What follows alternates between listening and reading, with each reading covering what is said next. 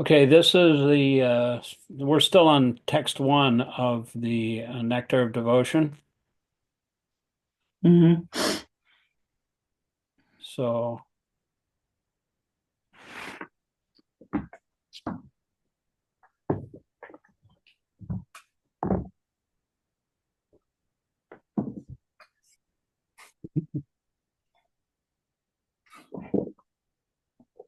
did you see that? Yes.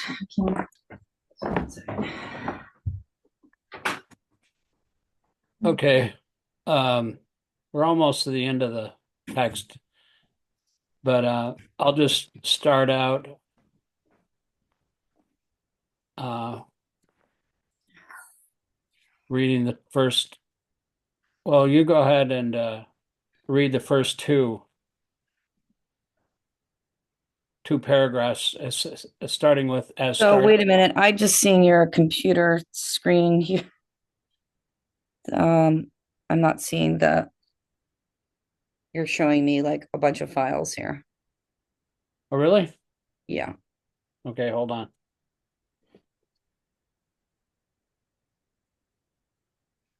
Okay.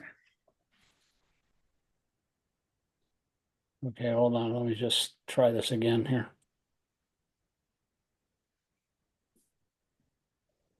Now, can you see it? Yes. Okay, well, we're going to start here from this. Those who suffer, Those who suffer from diseases of the stomach must be unable to control the urges of the belly, at least according to this analysis. When we desire to eat more than necessary, we automatically create more inconveniences in life. However, if we observe fasting days like Ekadasi and Janastami, we can restrain the demands of the belly. As as far as the far as urge, okay, sorry, go ahead. we'll Mhm. take turns here. Okay. As far as the urges of the genitals are concerned, there are two, proper and improper, or legal and illicit sex. When a man is properly mature, he can marry according to the rules and regulations of the Shastras and use his genitals for begetting nice children. That is legal and religious. Otherwise, he may adopt many artificial means to satisfy the demands of the genitals, and he may not use any restraint. When one indulges in illicit sex life, as defined by the Shastras, either by thinking, planning, talking, or actually having sexual intercourse, or by satisfying the genitals by artificial means, he is caught in the clutches of Maya. These instructions apply not only to householders, but also tyagis, those who are in the renounced order of life. In his book Prema Vivarta, Chapter 7, Sri Jagadananda Pandit says, let me just read this because it's Sanskrit. Vairagi by, oh, it's actually, um, you go ahead and read the English. We're not going to read the Sanskrit. Oh, my Okay. dear brother, My dear brother, you in the renounced order of life and should not listen to talk about ordinary worldly things, nor should you talk about worldly things when you meet with others. Do not think of women even in dreams. You have accepted the renounced order of life with a vow that forbids you to associate with women. If you wish to associate with Chaitanya Mahaprabhu, you must always remember the incident of Chatoa Haridasa and how he was rejected by the Lord. Do not eat luxurious dishes or dress in fine garments, but always remain humble and serve their lordship, Sri Radha Krishna, in your heart of hearts. you know who Chota Haridas is? No. Well, he was a sannyasi. He was a renounced person, in Lord Chaitanya's entourage. And he was begging some rice from some woman. And Lord Chaitanya is omniscient. He Hmm. knows everything. So he noticed that Chota Haridas was glancing lustfully at this woman. And so he banned him from his association. And the devotee, he didn't even do anything, but he was just glancing at her, and he set an example for him by saying, "I don't want to see him anymore." And all the devotees tried to beg Lord Chaitanya not to do that, and Chotaharidas eventually committed suicide. Hmm. And all the devotees after that, they didn't even think of women, even in dreams. And he actually killed himself in the Ganges, and Lord Chaitanya was sitting on the bank of the Ganges, and Chota Haridas is unembodied, like in an angelic form, we used to sing to him. He was a very good singer. So let's see. The conclusion is that who can control these 6 items, speech, mind, anger, tongue, belly, and genitals, is to be called a Swami or Goswami. Swami means master, and Goswami means master of the go or senses. So, like, you can either be a Goswami, a controller of the senses, or you can be a Go Das, a servant of the senses. Hmm. When one accepts the renounced order of life, he automatically assumes the title of a Swami. This does not mean that he is the master of his family, community, or society. He must be master of his senses. Unless one is master of his senses, he should not be called Goswami, but Godas, servant of the senses. Following in the footsteps of the 6 Goswamis of Vrindavan, all Swamis and Goswamis should fully engage in the transcendental loving service of the Lord. As opposed to this, the Godasas engage in the service of the senses or in the service of the material world. They have no other engagement. Prahlad Maharaj has further described the Godas as a Dantago, which refers to one whose senses are not controlled. An Adantago cannot become a servant of Krishna. In Srimad Bhagavatam, Prahlad Maharaj has said, Matirna Krishnet Partosvatova Mitopa Pedyeta Grahavatanam Adantagopir Visitam Tamishram Puna Punascharvita Charvananam. Go ahead. For those who have decided to continue their existence in this material world for the gratification of their senses, there is no chance of becoming Krishna conscious, not by personal endeavor, by instruction from others, or by joint conferences. They are dragged by the unbridled senses into the darkest region of ignorance, and thus they madly engage in what is called chewing the chewed. Yeah, it's like if you saw some chewing tobacco on the sidewalk, you pick it Mm. up and you chew it. Mm. That wouldn't be very palatable. Okay, we're going to go on to the next one. Text. What are we reading from? I'm sorry, I should have This probably is one of the asked. Nectar of Devotion. Oh, okay, that's right. There's 11 verses in the Nectar of Instruction, I'm sorry. Nectar of Nectar Instruction. of Instruction is written by Srila Rūpa Gosvāmī. This is Krishna Conscious 101. The Mhm. first, it goes up to the highest level though, towards the end of the chapter 9, 10, and 11 are like the highest rasa that you can possibly imagine, even further than Narada Muni can attain. Like Radhakund is the highest abode, and it describes that. Okay, so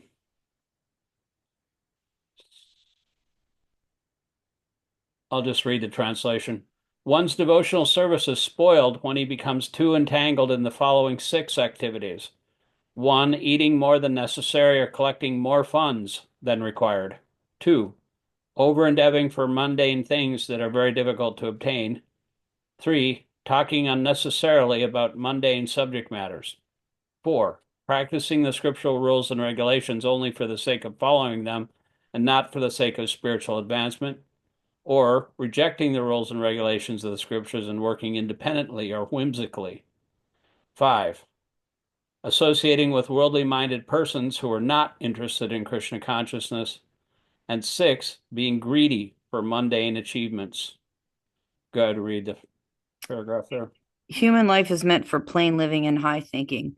Since all conditioned living beings are under the control of the Lord's third energy, this material world is designed so that one is obligated to work.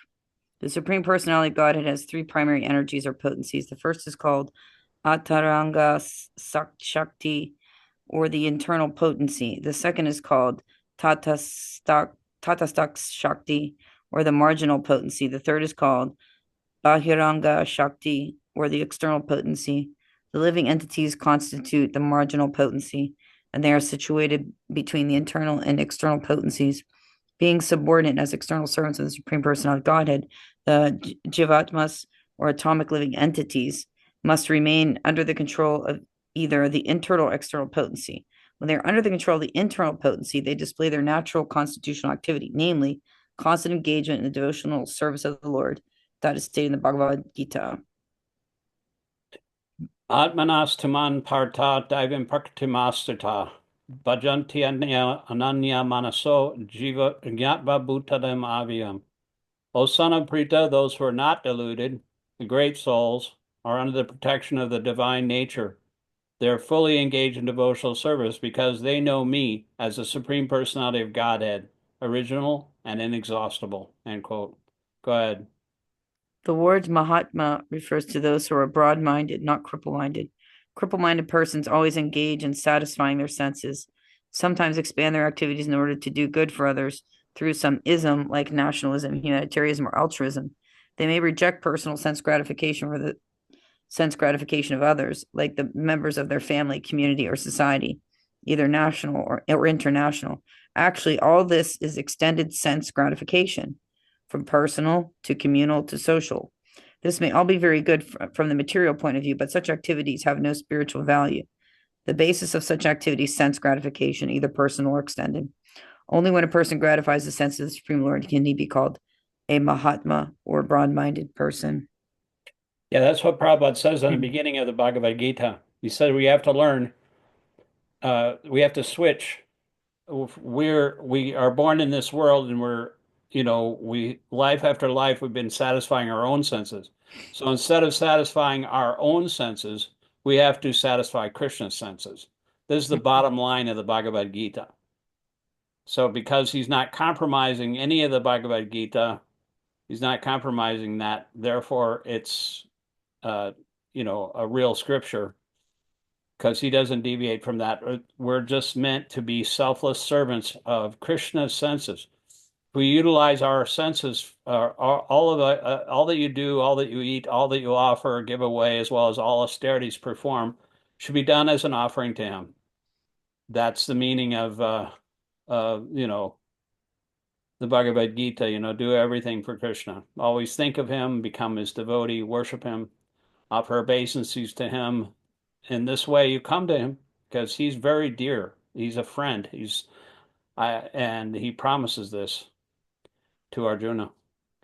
In the above quoted verse from Bhagavad Gita, the word daivim prakritim refers to the control of the internal potency or pleasure potency of the Supreme Personality of Godhead. This pleasure potency is manifested as Srimati Radharani, or her expansion Lakshmi, the goddess of fortune. When the individual jiva souls are under the control of the internal energy, their only engagement is the satisfaction of Krishna or Vishnu. This is the position of a Mahatma. If one is not a Mahatma, he is Duratma or a cripple-minded person. Such mentally crippled Duratmas are put under the control of the Lord's external energy, Mahamaya. Mahamaya is like a curtain. It just, it doesn't matter if you want to see Krishna, you can't see him. It's like a velvet rope, and you want to go into a club, but you can't go behind that rope because there's a bouncer there, and you can't even see into the club because you're not allowed to go past that external potency of Mahamaya. Go ahead. Indeed, all living entities within this material world are under the control of Mahamaya, whose business is to subject them to the influence of threefold miseries. Ati Daivika Klesa, sufferings caused by the demigods such as droughts, earthquakes, and storms. Adin Batika Klesha, sufferings caused by other living entities like insects or enemies. And enemies, and Adhyahatmika Klesha, sufferings caused by one's own body and mind, such as mental and physical infirmities. Adaiva Bhutatma Hitava, the conditioned souls subjected to these three miseries by the control of the external energies suffer various difficulties. The main problem confronting the conditioned souls is the repetition of birth, old age, disease, and death. In the material world, one has to work for the maintenance of the body and soul. But how can one perform such work in a way that is favorable for the execution of Krishna consciousness? Everyone requires possessions such as food grains, clothing, money, and other things necessary for the maintenance of the body, but one should not collect more than necessary for his actual basic needs. If this natural principle is followed, there will be no difficulty in maintaining the body. Go ahead. According to nature's arrangement, living entities lower on the evolutionary scale do not eat or collect more than necessary, Consequently, in the animal kingdom, there is generally no economic problem or scarcity of necessities. If a bag of rice is placed in a public place, birds will come and get a few grains and goes away. A human being, however, will take away the whole bag. He will eat all his stomach and can hold, and then try to keep the rest in storage. According to scriptures, this collecting of more than necessary, atyahara, is prohibited. Now the entire world is suffering because of it. You know, you ever heard of the agency that distributes food called USAID? Mm-hmm. JFK started that in the 60s. Oh, I didn't know It's a method of soft power. that. You Mm-hmm. know, the dictatorial countries hate that because they don't do that as much as the United States does. And so Doge, you know, that thing that Yeah. Musk started, he has some 28-year-old guy that doesn't even know anything about managing things. And so he's in charge of destroying that agency.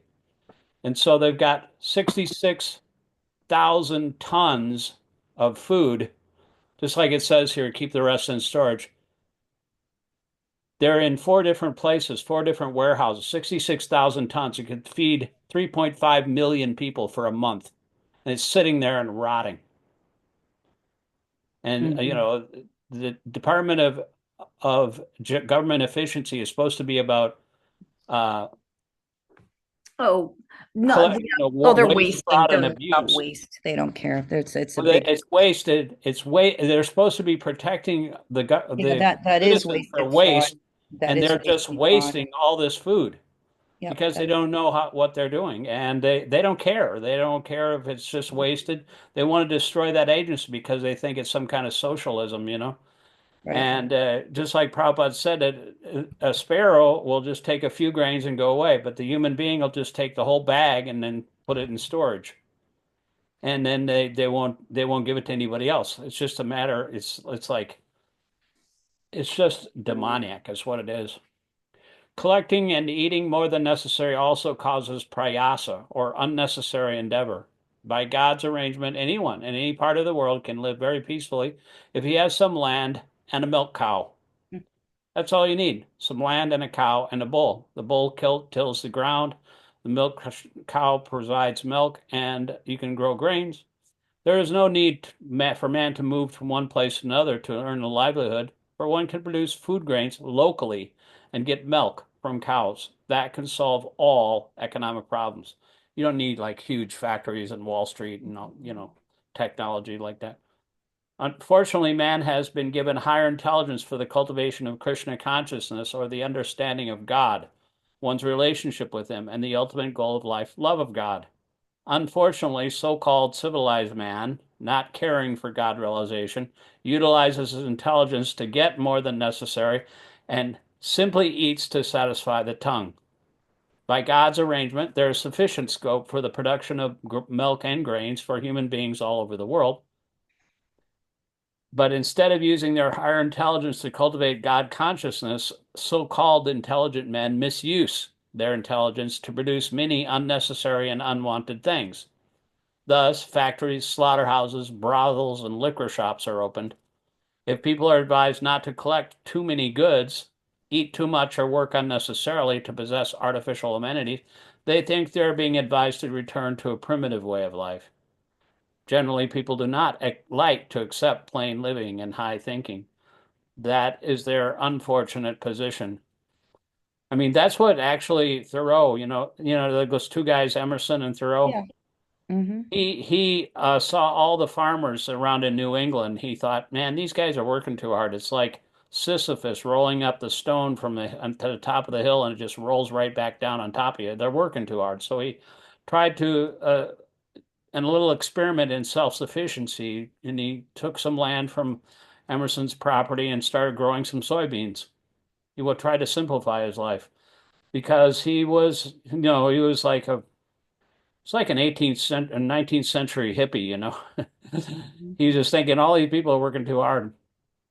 And so, but the only problem is he didn't pay his taxes because he was an abolitionist.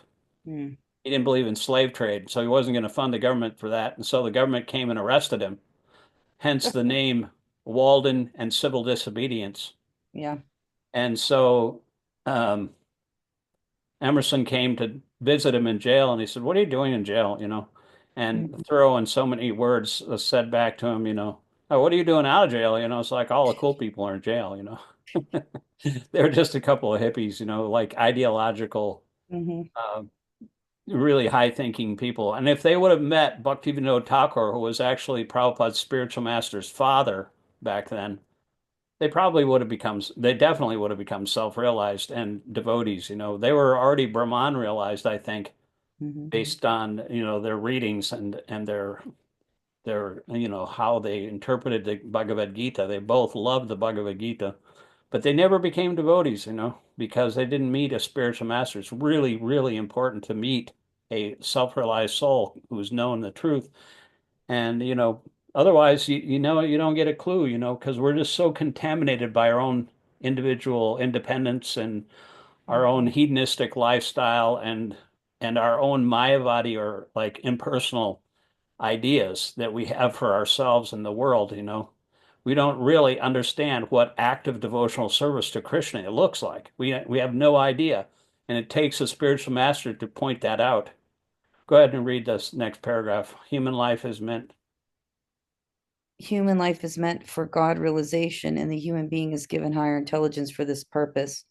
Those who believe that this higher intelligence is meant to attain a higher state should follow the instructions of the Vedic literatures. By taking such instructions from higher authorities, one can actually become situated in perfect knowledge and give real meaning to life. Go ahead. And Srimad Bhagavatam, Sri Sutta Gosvāmī describes the proper human dharma in this way. Skip ahead to the um, next English. All occupational engagements dharma are certainly meant for ultimate liberation. They should never be performed for material gain. Furthermore, one who is engaged in the ultimate occupational service dharma should never use material gain to cultivate sense gratification. This is the favorite verse of Prabhupada. This was Prabhupada's favorite verse. Hmm, You know, the ultimate goal, the ultimate occupational service or dharma should never be used to cultivate hmm. material gain for sense gratification. The For first step in sense, humans, go ahead. for sense gratification. Yeah, for one's own personal sense gratification instead of dharma means to serve Krishna's senses. But if it's used for your own sense gratification, if you use dharma like these Christians who pretend to be Christians and say if you give money to this Christian, then you're going to get lots in return. It's like an So, but economic. hold on, Chick. There's some contradiction in this because if one is to have land and milk and a cow, he has something. Having property, I That's mean, not his though. He doesn't think it's his. It's just like Bhakti Node. uh, Prabhupada's spiritual master's father, he said, what my duty is, he was a big family man. He had tons of kids, but he said, I am just a dog on the porch of the steps of my house. This family that I'm maintaining, that I think that I'm the master of, they're servants of God, and I'm just their servant. And it's not my family, it's not my house. We have nothing of our own. Everything is to be used in Krishna's service. And if Krishna is the center of your family, then you're called a grihasta, one who has centered his family life on the basis of his own sense gratification. That's called a grihamedi. And grihamedis are always fighting with each other. But somebody that's engaged in family life, they sit and every night, maybe they engage in kirtan, they have reading of the Bhagavad Gita or whatever. They do that on regular basis and train their family members up like that. Then they are putting God in the center of the family, and they usually have a deity, and the deity is offered food every day. And everything centers around Krishna's satisfaction because he's actually the center of everything. When I first became a devotee, I had an epiphany. I was walking around the hills of West Virginia, and I was thinking about my former life and what I was encountering as a devotee, and I thought to myself, I used to think that I was the center of everything, and now I'm realizing that actually Krishna is the center of everything, and it kind of blew my mind because it like turned my whole life on upside down, you know. It's like seeing the other end of the mirror, you know, you instead of you being the center, Krishna is the center. And that's why when I was thinking about the devotee's lifestyle, it just made sense to me because it's the truth. Krishna is the center of everything. He is the owner and the enjoyer and the supreme proprietor and the cause of all causes. He's the center of everything. Everything comes from him. There's not one single thing that belongs to us. Everything belongs to him. He's the supreme enjoyer. We're not the enjoyer. And he's the supreme friend of every living entity. We can only be friends to a certain amount of people, but Krishna is a friend of everyone because he's in everyone's heart. So if we just have that reverse mentality that Krishna is the center, he's the supreme proprietor, he's the supreme friend, and he's the supreme enjoyer, then there'd be peace in the world because then we wouldn't fight over his resources. It belongs to him, everything. Just like my spiritual master, when he first became a devotee, he approached Prabhupada and he said, "So Prabhupada, should I renounce anything? Should I renounce everything? You know, should I just like give up all my possessions or whatever?" And probably just started laughing at him. He just said, "What do you have to renounce? You don't have anything to renounce. Nothing belongs to you. We don't even Mhm. have our own bodies. These bodies don't belong to us." Anyway, the first step in human civilization consists in occupational engagements performed according to the scriptural injunctions. The higher intelligence of a human being should be trained to understand basic dharma.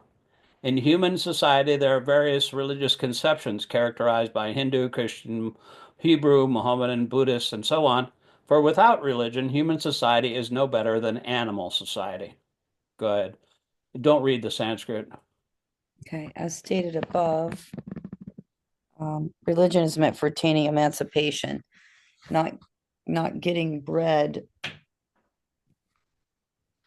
Sometimes human society manufactures a system of so-called religion aimed at material advancement, but that is far from the purpose of true Dharma. Religion entails understanding the laws of God because the proper execution of these laws ultimately leads one out of material entanglement. That is the true purpose of religion. Unfortunately, people accept religion for material prosperity because of atyara or an excessive desire for such prosperity. True religion, however, instructs people to be satisfied with the bare necessities of life while cultivating Krishna consciousness. Even though we require economic development, true religion allows it only for supplying the bare necessities of material existence. Jivasya tattva jinasa. The real purpose of life is to inquire about the absolute truth. If your endeavor, prayasa, is not to inquire about the absolute truth, we will simply increase our endeavor to satisfy our artificial needs. Spiritual aspirant should avoid mundane endeavor. Hmm. It's like, you know, like if you're not doing things for Krishna, you're going to be doing things for yourself because you can't serve God and Mammon at the same time. Mhm. So if you focus on one thing, you're not going to focus on the other thing. Mhm. We just have to switch our endeavor and our consciousness to Krishna consciousness. That's why it's called Krishna consciousness. If you're conscious of Krishna, you'll do everything for him. And if you love Krishna, then you'll always think about him. If you say you love somebody, but you don't think about them, you don't give them anything, you don't think, you know, talk to them or anything, how does that love? That's not love. Another impediment is prajalpa, unnecessary talking. When we mix with a few friends, we immediately begin unnecessary talking, sounding just like croaking toads. If we must talk, we should talk about the Krishna consciousness movement. Those outside of the Krishna consciousness movement are interested in reading heaps of newspapers, Mhm. magazines, and novels, solving crossword puzzles, and doing many other nonsensical things. In this fashion, people simply waste their valuable time and energy.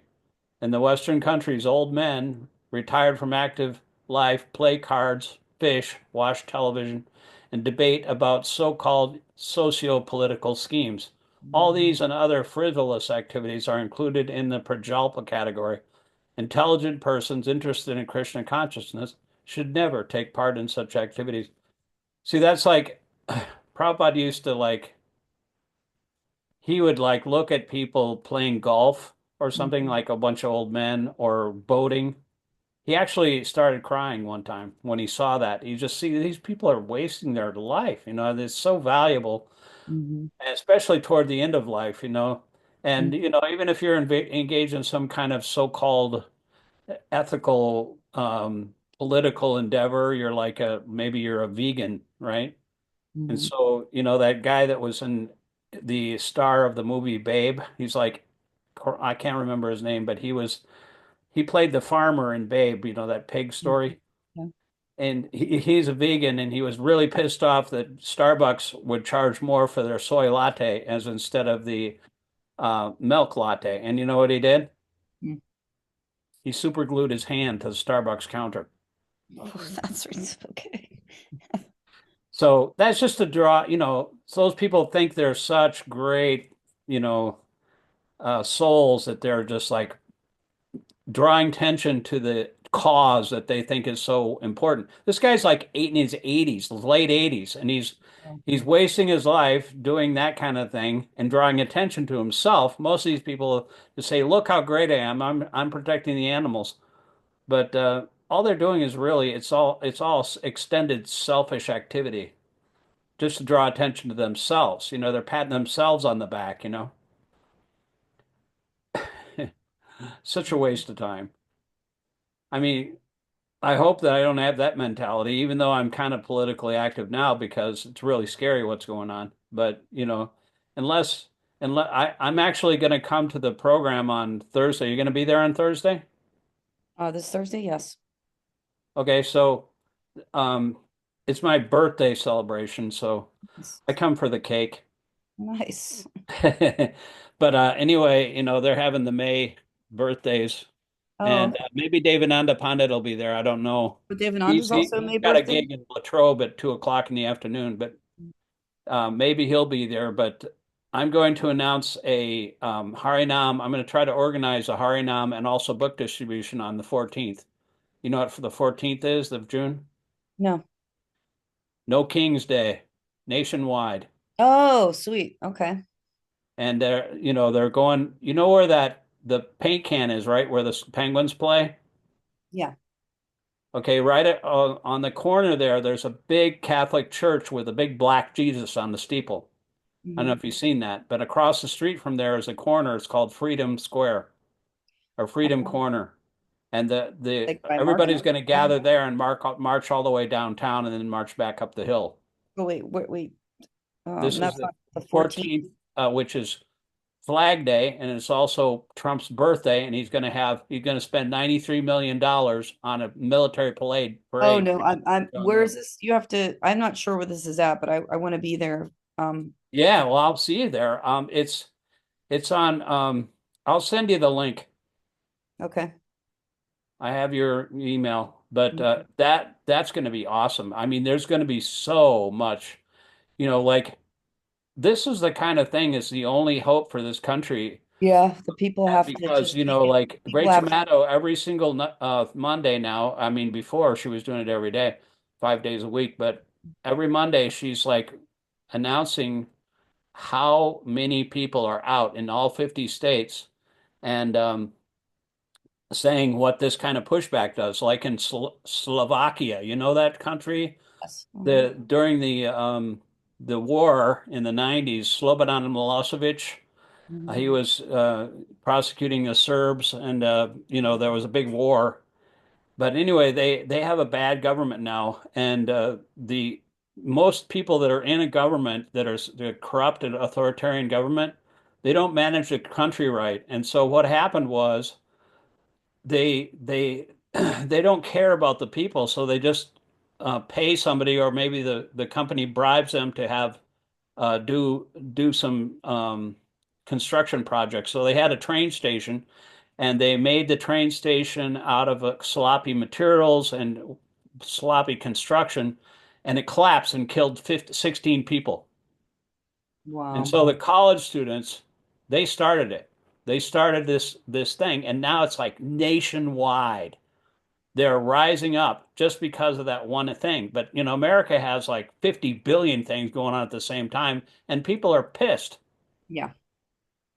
rightly so, because they're destroying every single government agency and putting the little bits in their billionaires' pockets. Yeah. I mean, like the Weather Service, there's not enough weather personnel to maintain the data input for the weather for the National Oceanic Administration. And Mhm. so like they don't have anybody working in certain areas in the United States at night. But Yeah. that's no problem because, tornadoes never hit at night. They just do daytime hours, I'm sure. So it's like, this is just like demoniac, what they're doing. And they're shutting down all these agencies because they think it's some kind of socialism. It's some weird kind of like anti-socialism type of thing. Government can't do anything. It all has to be privatized. But actually, they want to take all these agencies and put it in their own pocket. Exactly. It's And that's what the Srimad Bhagavatam warns about like this one king who was Sarvabhauma, whatever his name was. He said that the sage was saying you have to like control all these rich people, because if rich people are left unopposed, they'll destroy the whole world. right. You have to maintain some kind of law and order and have it regulated, otherwise it'll end up in destruction because they don't know any limit to their greed. Right. Because the greed's insatiable. There's no Yeah, satisfying. greed is insatiable. It's like pouring fire pouring gasoline on a fire. It just keeps getting worse and worse and worse. It's And they also say, that, well, it's the free hand of the market. No, it isn't. no. Unless it's the market is regulated, people will just go crazy and get as much as they possibly can because it's like the lust is insatiable. It's the all-devouring enemy of the world. And you can't have those kind of people in charge of government. But unfortunately we do right now. So something's got to change and it's got to have some regulations. You know what really scares me though? Mhm. I was watching, do you ever heard of a guy named Tom Hartman? I don't know. Tom Hartman's he's one of the best progressive radio talk show hosts. I know I'm getting off topic here, but he actually knew one of the friends of my spiritual master. Who wrote a blurb for his book called Heart of the Gita. He was a Christian monk. His name was Father Beat Griffiths, and he was a monk. He was a Christian monk that was living in India, and he adopted the dress of the local Indians, like a dhoti and kirta. Mhm. And so he kind of like Indianized himself when he was preaching in India. And so my spiritual master did the exact opposite. Inspired by that, he put on Christian robes. And in the 90s, we had interfaith conference, everybody was wearing robes, like Christian monks. Mhm. But so he did the opposite. It was really controversial, but who cares? He was trying to reach out to other faiths and Mhm. just do what everybody was familiar with in the society, and just like Beatty Griffiths said. But anyway, he knew Beatty Griffiths, but anyway, he wrote this article that scared the crap out of me. After I read it, I couldn't even sleep. I got up at like 3 in the morning. I started narrating this What's audio that? book, and it's about, like in authoritarian like fascism and stuff, that the main method of communication of that fascist authoritarian doctrine was submitted through the radio, like terrestrial radio, Mhm. like Father Coughlin and those, propagandists were doing that back in the 30s. Mhm. And then in the 2010s, it was social media. Yeah. You know what it is now? What? Really powerful. It's called AI. Uh, And that is like 1984 on steroids. yeah. Hmm. It's like so terrifying. I'll send you the video that I made. It scares the crap out of me because, if they write code, it's all based on who the tyrant is, and they write the code, and also all of a sudden everybody's believing everything. I mean, they already believe that the 2020 election was stolen, and now grandma's going to get interrupted in their feed, and it'll look like human beings, and it'll sound like human beings, and look familiar, but there's not even a human being behind it. And they're writing all this code to bewilder people and tell lies, and they can destroy this whole democracy in a matter of a very short time, you know.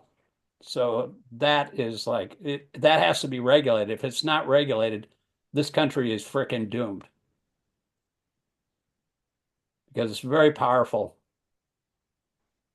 Anyway, on that happy note, I Yeah. think we'll read a couple more just to cleanse my palate here because I can't take too much I can't take too much politics without getting depressed about it, you know. But you can read this paragraph here starting John and Nothing Sunday. lasts forever, so you got to keep that in mind. What's that? So nothing lasts forever, so you got to keep that in mind. Like this. Nothing lasts forever, but you know, it would be a shame. Prabhupada established this Christian consciousness in this movement in this country because he thought that America is like the beacon of the world. Everybody follows uh, the American lifestyle, and so it's like, but America's blind. But the Indian culture is like the lame man, but the lame man can get on the shoulders of the blind man, or the blind man can get on the shoulders of the lame man. Whatever, you know, they can get on each other's, you know, guide each other through life. And America's blind, but the layman has spiritual knowledge. So if he tells the blind man which way to go, then he can navigate. But that's why he wanted to brought this Christian consciousness to America because he thought that if you know because everybody's imitating America, then you can spread Christian consciousness all over the world just by making America Christian conscious. But now we're a fucking pariah. We have no standing in the world anymore. And it's like it's very tragic, you know, because we've kind of failed this our spiritual master's mission, and now it's just going to be up to like person to person communication. I mean, it's still pretty powerful. It's supposed to last for another 10,000 years, but I was so depressed after the inauguration that I was like, because I knew what was going to happen, and it's like way worse than I even thought, you know. Yeah. So, you know, we got to have some pushback here, and it's all up to the people now because nobody else is going to do it. Nobody can do this. No, no one else is going to do it. The No, but government, yeah, other politicians are powerless. yeah, and the Republicans are all cowed. You know, they can't do anything about, and they just like repeating the lies, and Right. they are afraid, Hmm. and that's the way they take charge. You know, and so you know, it's all about. I'm just you know, I'm not afraid because I know that Krishna is in control somewhat, but it is about just like you can't depend on, you can't, a lot of devotees say, well, there's nothing you can do about it, just let it play out, you know, but there's a lot of other organizations, spiritual organizations that are pushing back, you know, because they're invading, they're invading like cult churches Hmm. and taking mothers and their children off the streets, out of cars, out of grocery stores, out of churches, out of their sacred spaces. And if they invade the sacred spaces, you know, that used to be a law that you couldn't do that, but now they changed the law so that, and so there's like 24 different major religious organizations, like the three major Jewish organizations, and Christian or A&E, like all different kinds of Christian organizations are saying you can't do this, you can't invade our sacred space, you know, Yeah. and they're pushing back like that and, and suing them. Good. But you know, we'll see what happens. But Christian consciousness, they're not doing anything, as far as I can see. We're not joining in that. We used to be in the 90s, we used to be part of an interfaith movement and communicate, but it seems like we're in our own little bubble and we're not like participating in this stuff. It really is necessary. There are a few devotees that are engaged like this. I just read It's an necessary. article by one devotee who's saying, how do you practice yoga when the world is on fire? Yeah. I mean, that's kind of how I feel. I feel like it's a weird time for me to be coming into the commitment with it but then at the same time, what more can you do when the world's on fire? You have to stay in your centeredness. You know what I Yeah, mean? of course. And you have to use Krishna's words. And, you know, if you are like Arjuna on the battlefield, you know, he was like in the middle of the battlefield. There were so many really powerful warriors, and Bhishma and our and and Dritra, and Duryodhan and you know his martial arts guru. They were very, very powerful, and he had to wade his way through that. But he had, because he was surrendered to Krishna, he came out untouched. You know, Mhm. and all the other soldiers died. because that was Krishna's will. But Arjuna himself was protected. And so we have to like take it moment to moment. It's a battle. It's a fight, and if we don't fight, how can you win if you don't fight? Not Yeah, possible. true. So, I appreciate I noticed that you are like a little bit actively inclined. And it's really important, I think, that Yeah, devotees get involved I in agree. yeah. Well, amen, sister. Amen is right. Anyway, thank you for joining. I'm gonna have to it's getting close to Yeah, that's 8 fine. o'clock here, and my I, wife I, has to get up really early, so I appreciate you doing this, Chick. Thank you so much. you're Hare welcome. Hare Krishna.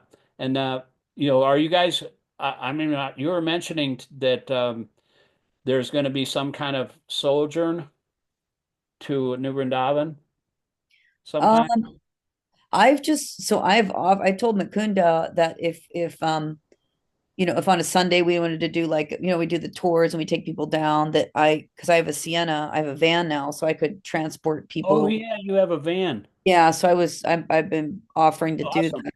Yeah. I had a van back in 2000, Well, it's a minivan. It's a mini. yeah, minivan. Yeah. I saw a bumper sticker on the back of a minivan. He said, "I used to be cool. Now I have a minivan." I think it's even cooler. It's so Yeah, great. it's even cooler because it's like service. I've got a little Yeah. sticker on my Uber car. It Mhm. says, "Stay humble." That's Uber good. is kind of a humble service, and I try to like introduce people, invite them to the program. I give them a cookie, prasadam cookie, and Hmm. then I invite them to the program on Thursday. And then, I show them the videos because I got like a little 4K screen in the back, and Oh, they're nice. like sitting ducks.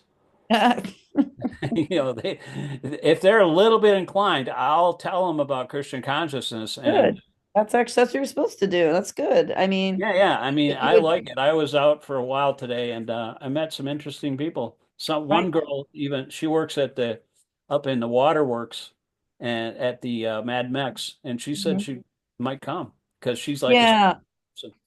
I think it's great when you are at the point where you're so excited about it that you can't stop talking about it. Like I just came back from Seattle and I missed Radhanath by a day. But when I was up at the temple in Seattle, the Vedic Cultural Center in Bellevue, Yeah, I saw a guy at a counter and he looked so familiar, and that was not a hottie, and he just went back because his son just graduated from CMU. His son's the Mrindanga player, um, right. and he's really good Mrindanga player. And this guy was always smiling, and the Swami who came last Thursday Kirtan, they were like at his feet, and they were just very happy, smiling family. They were all that was just, and I Yeah, s- and that's the thing about devotees.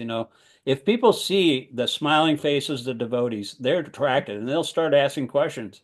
yeah, You're yeah. enthusiastic if you have life. That's what thing that struck me when I first came to. I went to that little cabin on the top of the hill there where they originally had that 250-year-old cabin, the first structure Wow, yeah. that Bhaktipad and his friend Haigriva rented back in 1968. And I just saw these little brahmacharis with shaved heads Hmm. dancing around this bush, a little tulsi plant, and it was so lively. I just couldn't believe how full of life it was. If you have life, you can preach. People are attracted, because it's coming from Krishna. It's not coming from us. We don't have any enthusiasm, but if we latch onto Krishna's feet, then Krishna will show us what to do, just like Arjuna. And this is a battle, we have to fight, though. I mean, it's on behalf of Krishna, we have to engage because I there's so many wrong things that are going on in this world. many wrong things, but also like I resonated with this reading because it starts to say like, how everything else feels like a waste and small talk. And this is really happening to me where I can't stand it. Like I can't even be Right. around Yeah, you have to that you have happen to where you be just can't absorbed be in what. around stuff or people or you just can't anymore. Right. And Well, see, the thing is, anything that is apart from Krishna consciousness, it doesn't attract you to Krishna's message, is a useless waste of time. yeah, I Right. really feel Because that it's way just about stuff anything now. there's a verse like that in the Bhagavatam. It says, whatever occupational activity you engage in, if it doesn't lead to the attraction of the message of Krishna, is a waste of time. And so we have to, that should be, our occupation should be engaged in reading these books and repeating them to others so that they can also be attracted. And then it's just like duplicating your efforts, and get other people to do it, and then the whole country will do it. And if 1% of the population becomes Krishna conscious, the whole world could change, even Mm. in this dire situation. But it's up to us. It's just like, what Gandhi said, be the world, be the change that you see in the world. We have to do it. It's up to us. It starts on a grassroots level This is with it. each individual person. And if we This- surrender to Krishna, Krishna will help us. As we surrender to him, he'll reward it's us going to be a accordingly. long battle. I mean, this is gonna be a decade of just battle. But more than a decade, it's going to Yeah. last for another 432,000, 27,000 years. And it's just going to go downhill. I mean, we're supposed to be in a little miniature golden age for another 10,000 years. Mm. But that's not that very long. And then it'll die out, and then people just get worse and worse. And then at the end of Kali Yuga in 427,000 years, people will be about 4 feet tall. They'll and they'll eat their own children. Is that what it You don't want to says? stick around for that kind of scenario. But then after that, Krishna will come in the form of Kalki, riding on a horse, and kill all these demonic kings who are posing. These actually Shudras that are posing as kings, wipe them all out and start another golden age. That's already predicted. And there's a dude living in a village in India right now called Shambhala, which is where he lives. And he's going to be at that in 427,000 years, he will emerge and be progenitor of the new golden age, where people will live for 100,000 years and they'll be all truthful. And then the cycle will repeat again. It'll go golden age, silver age, bronze age, and iron age. Right now, we're in just the beginning of the iron age. This is going to get worse after 10,000 years. But if you don't take advantage of the Lord Chaitanya's mercy, which is readily available right now, it says you won't be delivered for millions of kalpas. You know Mhm. how long a kalpa is? No, how long? 4.3 billion years. That's a long time. That's a day of Brahma. So one kalpa is like a devastation. The earth is created and destroyed in cycles of billions of years. So a day of Brahma is like when the earth is temporarily destroyed, and at the end of Brahma's life, everything is destroyed. But millions of kalpas is like millions of days of Brahma, and he only lives for 100 years. And so that's even longer than than the lifetime of Brahma. And he lives like for 311 trillion years with a T. That's crazy. So it's just like the time scale in Vedic cosmology is just like mind blowing. Yeah. But we have to take advantage of Lord Chaitanya's mercy. He only appears very rarely, and it's only 500 years ago. You're so fortunate to have taken birth in this country and this age, and right after Prabhupada came here. We're Mm. just so fortunate to be able to latch on to the devotees and get their association because it's very, very rare. And Krishna appears once in every kalpa, but Lord Chaitanya is even rarer than that. And Lord Chaitanya is the most magnificent incarnation because he freely gives love of God. Mm. He just gives it out for free. Anyway, I hope it was a little bit, um, kind of straightens our mind on the straight and narrow. We just have to take it exactly as it's coming from the scripture, and not pay any attention to anything else. If we just listen to Krishna, then we'll be fine. Have no other interest than the interest of Krishna. That is the one of the principles of surrender. It's all about surrender. That's the bottom line of the Gita. Anyways, very nice talking to you. Thank you so Yeah. much. Thanks, And Sean. we'll talk to you next Sunday, hopefully. I don't know Yeah. what happened to these other guys, but at least there's two people you can have a conversation. Otherwise, I would have shut it down after 15. No, just keep going and maybe more people will jump on. I mean, that's good to keep it going. Yeah, for sure. I tried sometimes to have my own program, but Mhm.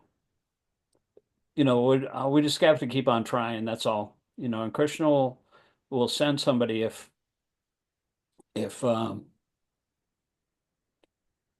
he wants to. It's all up to him.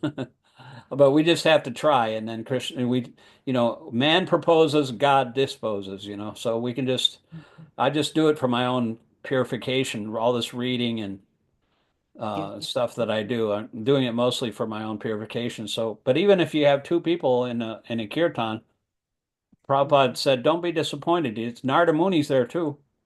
Mm. He's watching. He's transcendental spaceman. He can be anywhere all the time. Narada Muni? Narada Muni, he's the transcendental spaceman. He was the spiritual master of Vyasadeva, Mm. who wrote all the Vedas. He told him, okay, now you got to write about Krishna, because he was What are dis the Vedas like? I mean, I know I've gone to I've gone up to New Vrindavan in the library and I've seen all the Srimad Bhagavatam, but like what what are the Vedas? the Vedas are all of the Upanishads, the Atharva Veda, the Yajur Veda, the Rig Veda. There's four different branches of Vedas and are the Upanishads, I mean, and then there's the Puranas, that's the histories, Mm-hmm. and the Bhagavat Purana is about Krishna. That is exclusively about Krishna, and that is the best book in the world. Even Emerson said, when he read it, those guys used to read everything back then. He said that the Srimad Bhagavatam is to be read on one's knees. Mm-hmm. And it's such a beautiful book, because it's just packed with, you know, Prabhupada's spiritual master, Bhaktisiddhanta, Mm-hmm. he he read the first verse and he gave a class on that verse for a month every day, just on the first verse of the Bhagavatam. That it's that deep, you can look at it in so many different and get more and more new things out of it. But it's unlimited, really. So that's why I read, just for my own purification, even if nobody else joins. Krishna's there, and he'll take care of us. He'll protect us from all this nonsense in Kali Yuga. We just Yeah, have to take shelter. yeah. Thank you very much, Mataji, and we'll talk to you later. Thanks, Prabhu. Haribo. Haribol.